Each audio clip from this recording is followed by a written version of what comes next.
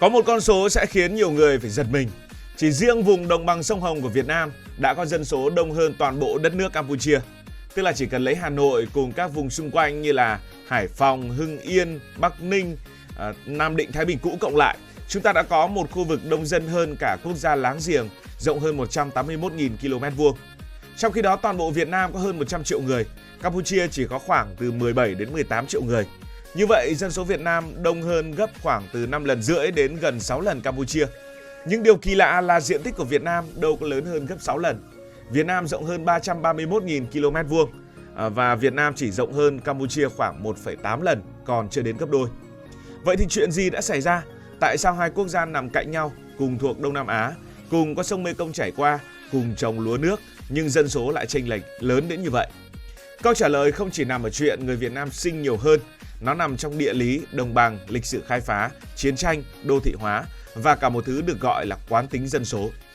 Nói đơn giản, muốn biết một đất nước có thể chứa được bao nhiêu người thì đừng chỉ nhìn xem đất nước đó rộng bao nhiêu km². Hãy nhìn xem phần đất ấy có nuôi được bao nhiêu con người hay không. Chúng ta thường có suy nghĩ rất đơn giản, nước nào rộng thì nước đó ắt sẽ phải đông dân, nước nào nhỏ thì dân số phải ít. Nhưng thực tế không phải là như vậy. Trước khi đến với Việt Nam và Campuchia, hãy có những ví dụ rất dễ hình dung. Nga, quốc gia rộng lớn nhất trên thế giới, diện tích hơn 17 triệu km² nhưng dân số chỉ khoảng 150 triệu người. Trong khi đó Bangladesh nhỏ hơn rất nhiều nhưng dân số lại hơn 170 triệu người. Lý do rất dễ hiểu, diện tích trên bản đồ không đồng nghĩa với diện tích có thể sinh sống thuận lợi. Một khu vực có thể được tính là lãnh thổ quốc gia, nhưng nếu đó là núi cao, rừng rậm, đầm lầy, vùng ngập nước hoặc nơi thiếu đường xá thì rất khó để hàng triệu người kéo đến sinh sống. Campuchia cũng rơi vào tình trạng như vậy. Nhìn trên bản đồ, Campuchia là một quốc gia khá rộng và có hình dáng tương đối vuông vức, không dài và hẹp như Việt Nam. Nhưng người Campuchia lại phân bố rất không đều. Phần lớn dân cư tập trung quanh thủ đô, tức là thủ đô Phnom Penh, sông Mekong, sông Tonle Sap và khu vực biển hồ. Đây là vùng đất bằng phẳng, có phù sa, có nước ngọt, có cá và thuận lợi để trồng lúa. Càng đi xa hơn khỏi khu vực trung tâm này, dân cư lại càng thưa thớt. Phía đông bắc Campuchia có nhiều cao nguyên, rừng và những vùng xa xôi. Phía tây nam có dãy Camamon rộng lớn. Những nơi này trước đây rất khó đi lại, thiếu đường, thiếu điện và thiếu các khu đô thị lớn. Việt Nam cũng có nhiều núi, khoảng 3/4 diện tích Việt Nam là đồi núi. Tây Bắc, Trường Sơn và nhiều khu vực Tây Nguyên có mật độ dân cư không cao. Nhưng Việt Nam có một lợi thế cực kỳ quan trọng, đó là hai vùng đồng bằng lớn nằm ở hai đầu đất nước, cộng thêm một chuỗi đồng bằng nhỏ kéo dài dọc miền Trung. Ở phía Bắc đó là đồng bằng sông Hồng, ở phía Nam là đồng bằng sông Cửu Long. Hai khu vực này đóng vai trò như hai nồi cơm khổng lồ, có khả năng nuôi sống hàng chục triệu người. Hãy nói chi tiết về từng vùng. Muốn hiểu vì sao Việt Nam đông dân thì hãy nhìn vào vùng đồng bằng sông Hồng. Vùng đất này không quá rộng nhưng mật độ dân số lại thuộc vào loại cao nhất của Đông Nam Á. Chỉ trong một khu vực gồm Hà Nội, Hải Phòng và một loạt những tỉnh, thành phố xung quanh đã có hơn 20 triệu người sinh sống. Con số ấy lớn hơn toàn bộ dân số Campuchia. Đây không phải chuyện tự nhiên mà có. Suốt hàng nghìn năm, người Việt đã sinh sống, trồng trọt và xây dựng làng xã tại vùng đồng bằng này. Đất được phù sa sông Hồng bồi đắp, nguồn nước dồi dào, khí hậu phù hợp với lúa nước. Nhưng sông Hồng cũng rất dữ dằn. Mùa mưa, nước có thể dâng cao gây lũ lụt. Muốn tồn tại, người dân phải cùng nhau đắp đê, đào mương, dẫn nước và bảo vệ ruộng đồng. Từ đó, một hệ thống làng xã dày đặc được hình thành. Làng này nối với làng kia, ruộng này nằm sát ruộng khác. Người dân bám đất, bám làng và sinh sống qua nhiều thế hệ. Một mảnh ruộng tuy nhỏ nhưng được sử dụng rất kỹ. Người ta trồng lúa, trồng rau, nuôi gà, nuôi lợn, tận dụng ao hồ và gần như không để đất bị bỏ phí. Chính cách sử dụng đất với cường độ rất cao giúp một diện tích không quá lớn nuôi được rất nhiều người. Dân đông lại cần thêm ruộng, thêm đê, thêm làng. Làng đông lại sinh thêm nhiều con cái. Cứ thế đồng bằng sông Hồng trở thành một nơi dân số đông và điều này liên tục qua hàng nghìn năm. Nếu đồng bằng sông Hồng là cái nôi dân cư lâu đời ở phía Bắc thì đồng bằng sông Cửu Long là vùng đất mở rộng dân số ở phía Nam. Ngày xưa nhiều khu vực miền Tây còn là đầm lầy, rừng rậm, đất phèn và vùng ngập nước. Nhưng qua nhiều thế hệ, con người đã đào kênh, rửa phèn, khai hoang và biến vùng đất ấy trở thành ruộng lúa, vườn cây và làng mạc. Hệ thống sông Tiền, sông Hậu cùng hàng nghìn con kênh giống như một mạng lưới mạch máu chảy khắp đồng bằng. Nước đi đến đâu, ruộng đồng và dân cư phát triển đến đó. Người dân có thể trồng lúa, nuôi cá, trồng cây ăn quả, chở hàng bằng ghe thuyền và dựng làng dọc theo sông. Miền Tây vì thế không chỉ là nơi sản xuất lương thực, đó còn là một vùng có thể nuôi sống hàng chục triệu người Việt Nam. Việt Nam nhờ vậy có hai vùng dân cư rất lớn nằm ở hai đầu đất nước. Ở giữa, dải đồng bằng ven biển miền Trung tuy hẹp nhưng lại kéo dài hàng nghìn km. Thanh Hóa, Nghệ An, Huế, Đà Nẵng, Quảng Nam, Bình Định, Khánh Hòa đều hình thành những cụm dân cư và đô thị riêng. Campuchia thì khác, dân cư tập trung mạnh quanh vùng trung tâm. Càng đi xa khỏi khu vực biển Hồ và sông Mekong, mật độ càng giảm.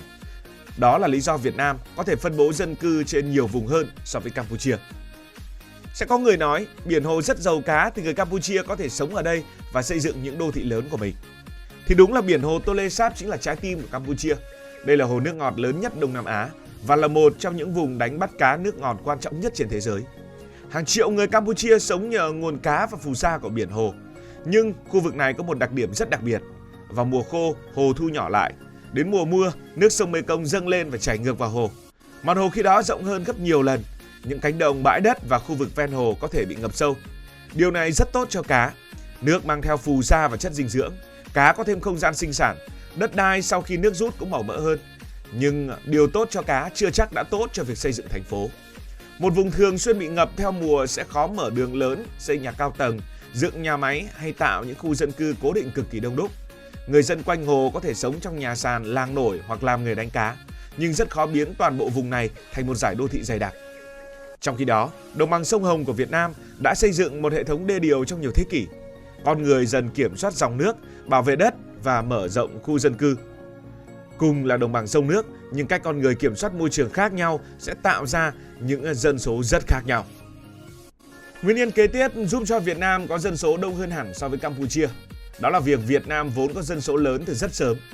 Một đất nước đã có dân số đông từ sớm thì dễ tiếp tục đông thêm. Ví dụ, một quốc gia có 20 triệu dân, một nước khác chỉ có 5 triệu dân. Giả sử hai nước đều có tốc độ sinh con giống nhau. Quốc gia 20 triệu dân vẫn có số trẻ sinh ra được nhiều hơn, đơn giản vì có nhiều người trưởng thành và nhiều cặp vợ chồng hơn. Sau nhiều thế hệ, khoảng cách ngày càng lớn. Việt Nam đã có các vùng dân cư đông đúc từ rất lâu. Từ đồng bằng sông Hồng, người Việt mở rộng xuống miền Trung rồi miền Nam. Mỗi vùng đất mới được khai phá lại hình thành thêm làng mạc, ruộng đồng và trung tâm dân cư. Đến đầu thế kỷ 20, Việt Nam đã lớn hơn Campuchia rất nhiều. Sau đó, trong phần lớn thế kỷ 20, các gia đình Việt Nam thường sinh con khá đông. Những gia đình có 5, 6, 7, thậm chí 8, 9, 10 người con không hề hiếm. Khi y tế tốt hơn, trẻ con ít tử vong hơn, người lớn sống lâu hơn, dân số thì tăng rất nhanh. Campuchia cũng từng có tỷ lệ sinh cao, nhưng vì nền dân số ban đầu nhỏ hơn, số người tăng thêm mỗi năm vẫn thấp hơn. Và nói đến dân số Campuchia, không thể bỏ qua thảm họa Khmer Đỏ. Từ năm 1975 đến năm 1979, Campuchia trải qua một trong những giai đoạn đau thương nhất lịch sử hiện đại. Người dân thành phố bị ép rời khỏi nhà cửa, họ bị đưa về nông thôn lao động cưỡng bức, nhiều người chết vì đói, bệnh tật, kiệt sức hoặc bị hành quyết. Ước tính từ 1,5 triệu đến 2 triệu người Campuchia đã thiệt mạng chỉ trong chưa đầy 4 năm. Thời điểm đó Campuchia chỉ có khoảng 7 đến 8 triệu dân, tức là đất nước này đã có thể mất gần 1/4 dân số của mình. Nếu một quốc gia có 100 triệu dân, mất 1/4 dân số, con số tương đương sẽ là 25 triệu người. Chỉ cần hình dung như vậy để đủ thấy mức độ khủng khiếp. Nhưng thiệt hại không dừng ở những người đã chết. Rất nhiều nạn nhân là thanh niên, giáo viên, bác sĩ, kỹ sư và những người đang trong độ tuổi lập gia đình. Khi một người trẻ chết, đất nước không chỉ mất một người, đất nước còn mất đi những đứa con mà người đó chưa kịp sinh ra, rồi những đứa cháu chưa kịp xuất hiện. Nói cách khác, Khmer Đỏ không chỉ lấy đi dân số của 4 năm, nó còn lấy đi dân số của nhiều thập niên sau đó. Hệ thống giáo dục, y tế và quản lý xã hội cũng bị phá hủy. Có một điều rất thú vị, hiện nay tốc độ tăng dân số của Campuchia có thể cao hơn Việt Nam. Campuchia có dân số trẻ hơn, tỷ lệ sinh vẫn tương đối cao. Trong khi đó Việt Nam đang già hóa nhanh, người Việt sinh ít con hơn. Ở nhiều thành phố lớn, các gia đình chỉ có 1 hoặc 2 con. Có nơi mức sinh đã xuống rất thấp. Điều đó có nghĩa là trong tương lai, dân số Việt Nam sẽ tăng chậm lại, nhưng Campuchia vẫn rất khó đuổi kịp. Bởi vì Việt Nam đã vượt mốc 100 triệu dân, còn Campuchia chưa đầy 20 triệu dân. Như vậy, Việt Nam chỉ rộng hơn Campuchia khoảng 1,8 lần, nhưng dân số lại đông gần gấp 6 lần. Điều này nghe có vẻ lạ, nhưng khi nhìn kỹ thì lại hoàn toàn hợp lý. Đó là lý do vì sao trên cùng một khu vực Đông Nam Á, hai quốc gia láng giềng lại có khoảng cách dân số lớn đến như vậy. Cảm ơn và nếu thấy thú vị hãy đăng ký kênh để không bỏ lỡ các video kế tiếp. Cảm ơn các bạn đã dành sự đồng hành cùng Hải Thanh Story. Đi qua những vùng đất, khám phá những điều mới.